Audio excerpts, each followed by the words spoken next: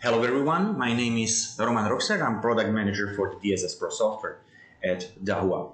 So today we are going to talk a little bit about the failover solution which we are offering in our DSS PRO as a function.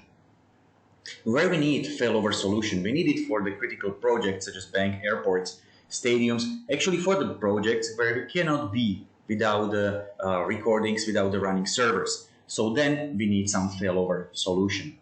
In Dahua, we have three kinds of servers. We have a master server, we have the slave server, and standby server. The master server is the basic one where you need to install all the time.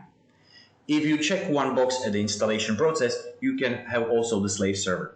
The difference is over here visible at the settings. You set up the IP address of the master server and then the IP address of the slave server.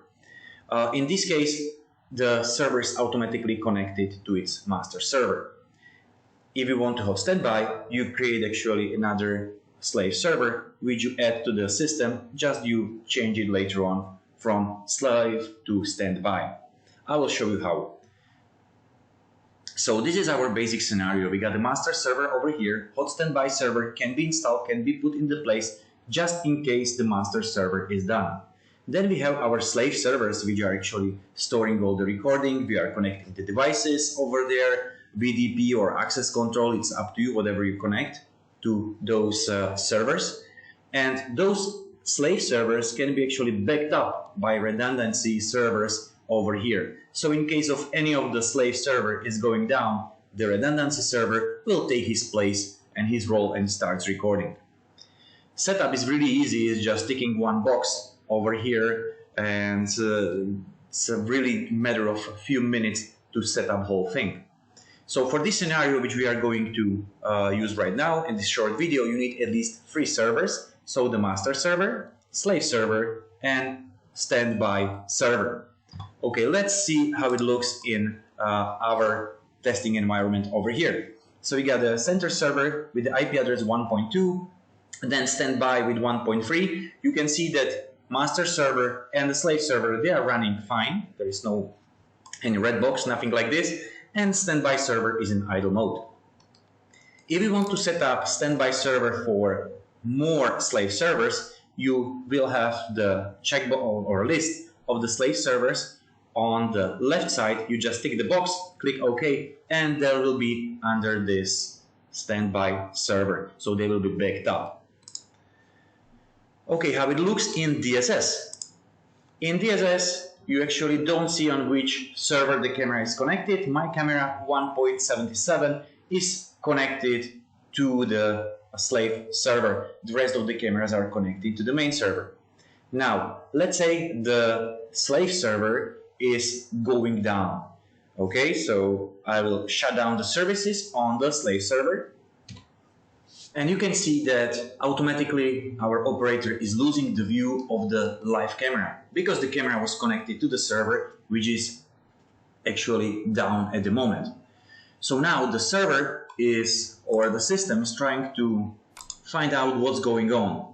For 1 minute, the system will search for the slave server. If you just restart the services, they will be back on within the 20 seconds. So we need to now wait for 1 minute. For 1 minute, the operator will see the red circle around the camera and they will not see the image. After 1 minute, the operator will have a little pop-up box over here which is telling them that the server is back online and we will be able to see the missing camera. Also, the red circle will disappear from here. As you can see, the pop-up box is already here and the cameras are without the red circle. So let's pull it back. In case you are using our video wall matrices, you don't have to even pull the back camera or refresh the view. It's done everything automatically. If you are using the client, you have to do this manually. Then how it looks in the recording.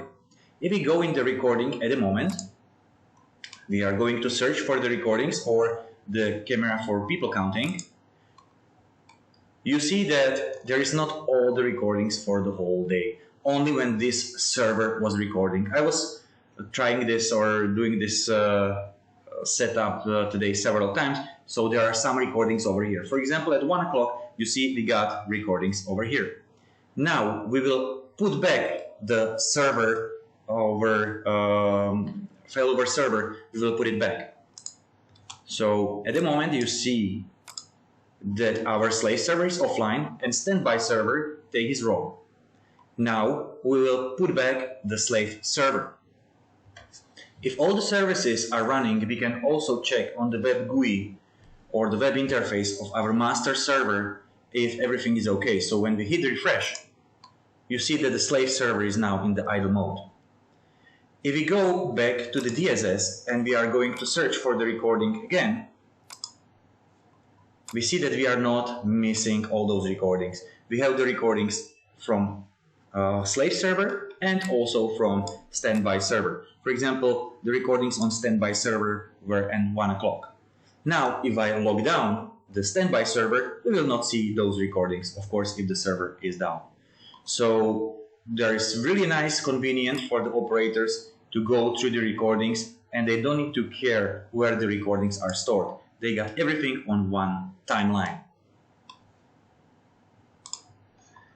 Let's go back and just to recap. So we got three kinds of situation. First, master server, slave, and standby. They are all okay. So first two are running and the third one is in standby mode. Once the slave server goes offline, the standby server take his role and start recording, start connecting devices.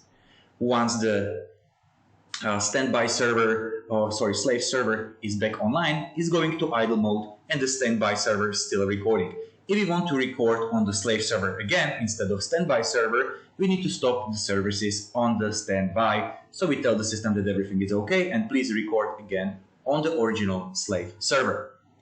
So that's it. As I said, it's really easy to set up. Thank you very much for your attention and have a good day.